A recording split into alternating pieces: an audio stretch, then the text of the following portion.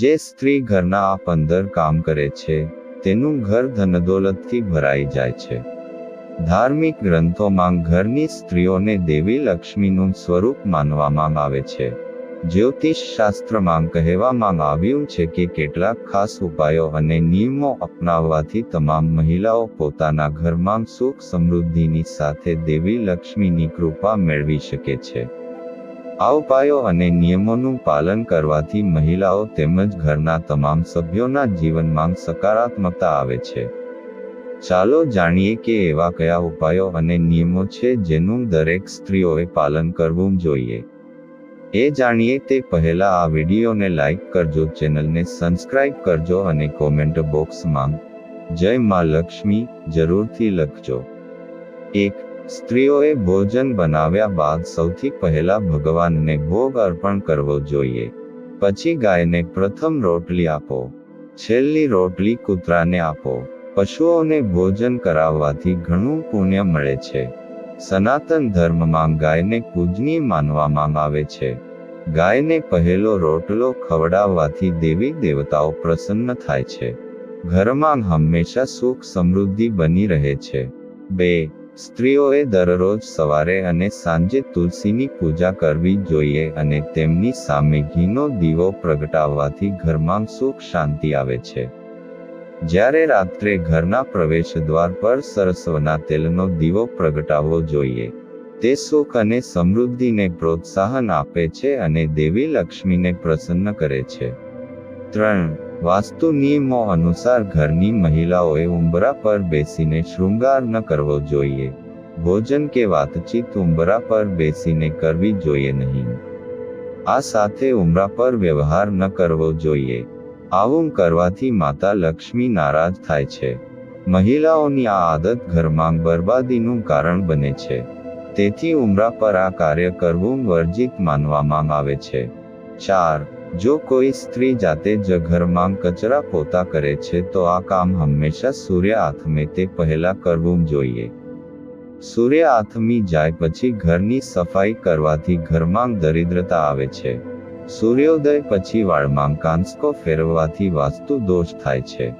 સાંજે વાળમાં કાંસકો ફેરવવાનું ટાળો. આના કારણે દેવી લક્ષ્મી નારાજ થઈ શકે છે. 5. વાસ્તુશાસ્ત્ર અનુસાર ઘરના મુખ્ય દ્વારને સ્વચ્છ રાખો કારણ કે ઘરનું મુખ્ય પ્રવેશદ્વાર ગૃહમુખ માનવામાં આવે છે. તેથી પરિવારની સમૃદ્ધિ માટે ઘરનો મુખ્ય પ્રવેશદ્વાર મોટો રાખવાનો રિવાજ રહ્યો છે. આ માટે ઘરની મહિલાઓએ મુખ્ય દ્વાર પર કલશ, સ્વસ્તિક કે શ્રીફળ રાખવું જોઈએ. તેનાથી ઘરમાં ધનની વૃદ્ધિ થાય છે અને ઘરમાં સુખ સમૃદ્ધિ વધે છે. 6. રસોડાને હંમેશા સાફ રાખો. રાત્રના સમયે રસોડામાં એઠામ વાસણ ન રાખો અને રસોડામાં ગંદકી પણ ન રાખો. આવું કરવાથી માતા અન્નપૂર્ણા અને માતા લક્ષ્મી નારાજ થાય છે. આવી સ્થિતિમાં દેવી લક્ષ્મી ક્યારેય ઘરમાં વાસ કરતા નથી. રસોઈ બનાવતા પહેલા અને બનાવી લો પછી ચૂલાને સારી રીતે સાફ કરો. 7. સનાતન ધર્મ અનુસાર મહિલાઓએ બ્રહ્મ મુહૂર્તમાં જાગીને ઘર અને મંદિરની સફાઈ કરવી જોઈએ. ત્યારબાદ સ્નાન કરીને તુલસીને જળ ચઢાવવું જોઈએ.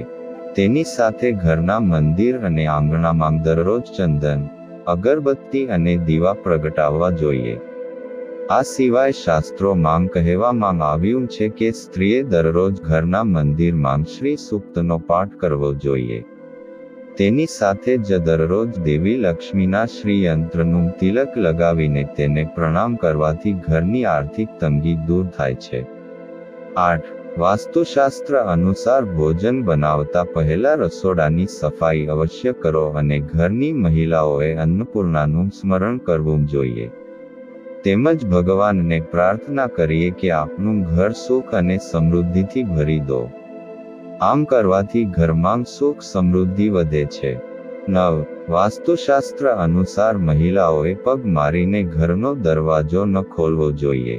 આવું કરવાથી ઘરમાં માતા લક્ષ્મીનો પ્રવેશ થતો નથી. ઘરમાં હંમેશા આર્થિક સંકટ રહે છે. જો કોઈ પણ મહિલા આવી ભૂલ કરતી હોય તો તેણે તરત જ આ ટેવ છોડી દેવી જોઈએ. 10. વાસ્તુશાસ્ત્ર અનુસાર ઘરના ઉંબરા પર કચરો ન હોવો જોઈએ. તેથી મહિલાઓએ રોજ સવારે ઘરના ઉંબરા પર પાણીનો છંટકાવ કરવો જોઈએ, જેથી બહારથી દૂષિત ઉર્જા ઘરની અંદર ન જાય. આમ કરવાથી ઘરમાં સકારાત્મક ઉર્જા ફેલાય છે અને ઘરમાં આર્થિક લાભ વધે છે. 11. રાત્રે સૂતા પહેલા બેડરૂમમાં એક પેપરમાં થોડું સિંધવ અથવા કાળું મીઠું રાખો. બીજા દિવસે સવારે શાંતિથી તેને ઘરની બહાર ફેંકી દો. તેનાથી નકારાત્મક ઉર્જા દૂર થશે, તેમજ ઘરમાં સુખ, શાંતિ અને સમૃદ્ધિનું આગમન થશે. આ ઉપાય તમે અઠવાડિયામાં એકવાર કરી શકો છો. 12. કપૂર સળગાવો. વાસ્તુશાસ્ત્ર અનુસાર મહિલાઓએ રાત્રે સૂતા પહેલા કપૂર સળગાવીને આખા ઘરમાં ફેરવો. તેનાથી નકારાત્મકતા દૂર થાય છે અને સકારાત્મકતા ફેલાય છે અને પરિવારમાં મતભેદો પણ ઓછા થાય છે. બેડરૂમમાં કપૂર સળગાવવાથી પતિ પત્ની વચ્ચે પ્રેમ અને મધુરતા જળવાઈ રહે છે. 13. નકારાત્મક શક્તિઓને તમારા ઘરમાં આવવાથી રોકવા માટે ઘરનો મુખ્ય દરવાજો દરરોજ ધોવા જોઈએ. વાસ્તુ અનુસાર ઉત્તર પૂર્વ દિશામાં બનેલા મંદિરની દરરોજ સફાઈ કરવાથી સકારાત્મક ઉર્જા મળે છે, કારણ કે આ દિશામાં મંદિર રાખવાથી ભગવાનની કૃપા હંમેશા તમારા ઘરમાં રહે છે. 14. ઘરની સફાઈ કર્યા પછી સ્ત્રીએ તરત જ સ્નાન કરવું જોઈએ. મોડેથી સ્નાન કરવાથી ઘરમાં દરિદ્રતા આવે છે. સ્નાન કર્યા પછી મહિલાઓએ ભગવાનની પ્રાર્થના કરવી જોઈએ અને પ્રસાદ ચડાવવો જોઈએ. જો તમે દેવી લક્ષ્મીને પ્રસાદ ચઢાવતા પહેલા કંઈ ખાઓ છો, તો દેવી લક્ષ્મી નારાજ થાય છે. 15.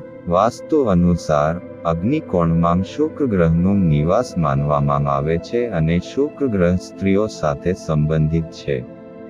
આવી સ્થિતિમાં ઘર બનાવતી વખતે એ વાતનું ધ્યાન રાખવું જોઈએ કે ઘરનો અગ્નિ ખૂણા ખુલ્લો હોવો જોઈએ. 16. રસોઈ બનાવતી વખતે હંમેશા હકારાત્મક રહો. ભગવાન અને પોતાના પરિવાર માટે ભોજન બનાવતી વખતે વ્યક્તિમાં સારી લાગણી હોવી જોઈએ. તેમજ ખરાબ બોલવાથી ખોરાકમાં નકારાત્મકતા ભરાઈ જશે. આવા ખોરાકનું સેવન કરવાથી બીમારી અને દુઃખ આવે છે. માતા અન્નપૂર્ણા પણ ગુસ્સે થાય છે. જો ઘરમાં ઝઘડો થાય, રાંધતી વખતે મનમાં ગુસ્સો આવે કે ખરાબ વિચારો આવે તો પરિવારની સંપત્તિનો નાશ થવા લાગે છે. 17. વાસ્તુશાસ્ત્ર અનુસાર ઘરની મહિલાઓએ રોજ સવારે ઘરની સફાઈ કરવી જોઈએ. પછી સ્વયં સ્નાન કરી લ્યો. આ પછી ઘરના મુખ્ય દ્વાર પર રંગોળી બનાવો. આમ કરવાથી ઘરમાંથી નકારાત્મક ઉર્જાનો નાશ થાય છે. તેમજ ઘરની બહારના ભાગને કેસરી, પીળા અને લીલા રંગમાં રંગવો જોઈએ, જે ઘરમાં સુખ સમૃદ્ધિ લાવે છે. 18. જ્યારે પણ તમે ભોજન રાંધો ત્યારે તે પહેલા સ્નાન કરો. આ પછી જ રસોડામાં પ્રવેશ કરો. રસોડું એ ઘરમાં ખૂબ જ મહત્વપૂર્ણ સ્થાન છે. ખોરાક રાંધતી વખતે સંપૂર્ણ શુદ્ધતા જાળવવી મહત્વપૂર્ણ છે. સ્નાન કર્યા વિના ભોજન રાંધવું એ અન્ન અને અગ્નિ દેવનું અપમાન છે અને આવા ઘરમાં ગરીબી પ્રવર્તે છે. જો આ વિડીયો તમને પસંદ આવ્યો હોય તો વિડીયોને લાઈક કરજો, ચેનલને સબસ્ક્રાઇબ કરજો અને બાજુમાં આપેલા આઇકનને પ્રેસ કરીને ઓલ ઉપર સિલેક્ટ કરી લેજો, જેથી તેમને વિડીયોની નોટિફિકેશન સૌથી પહેલા મળતી રહે. અને કોમેન્ટ બોક્સમાં જય માતાજી જરૂરથી લખજો. વિડીયોને છેલ્લે સુધી જોવા બદલ આપનો ખૂબ ખૂબ આભાર.